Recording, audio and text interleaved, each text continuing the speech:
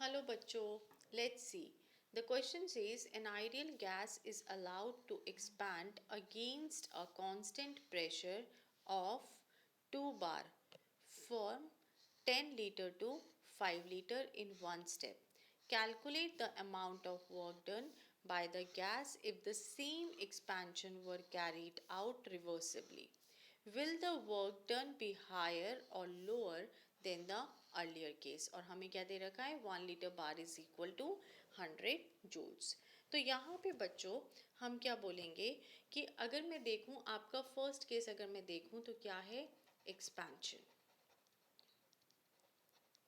मतलब कि एक्सपेंशन क्या हो रहा है, it is against constant external pressure.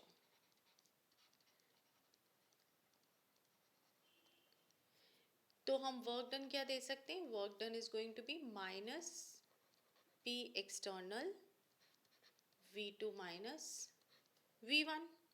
और जो P एक्सटर्नल है उसकी वैल्यू हमें क्या दे रखी है, 2 बार दे रखी है।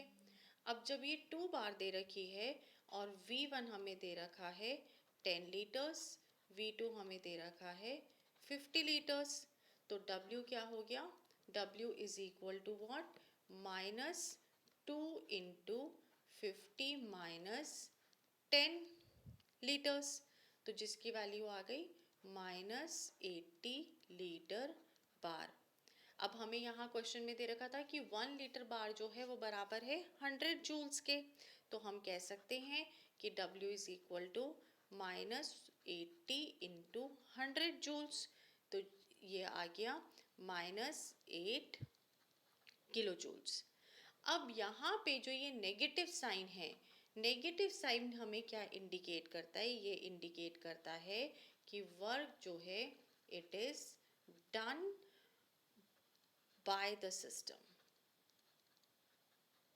ओके, अब ये जो एक्सपेंशन है अगर ये रिवर्सिबली होता तो इंटरनल प्रेशर जो होता गैस का वो इनफाइनाइटिसमली ग्रेटर होता than the external pressure at every stage.